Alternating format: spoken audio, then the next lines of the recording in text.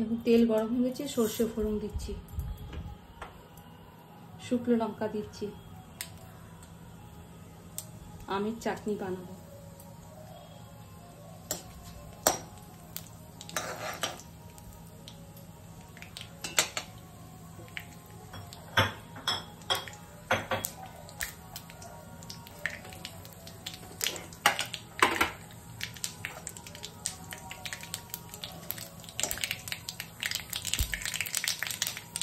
ভাজা হয়ে গেছে।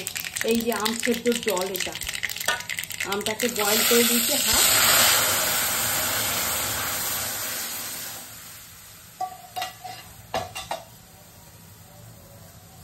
এই হলুদ দিচ্ছি। এই যে আমগুলো যে বয়েল হয়ে গেছে হাফ বয়েল করে, এটা দিয়ে দিলাম আবার। এই ধরনের চাটনি করে খেতে খুব মজা লাগে। দেখুন আমের ছাল ছাড়াই দিই, এই সত্যি খুব ভালো লাগে। এবার দিয়ে দিচ্ছি এই মট, দেখুন মট, বাতাসা, চিনি তিনটে মিশিয়ে দেব। ঘনত্বটা বাড়বে। লবণ দিচ্ছি, আর মৌরি ফোড়নটা বেশি দিচ্ছি। এটা মৌরি মানে হালকা রোস্ট করে এটা গুঁড়ো করে নিয়েছি।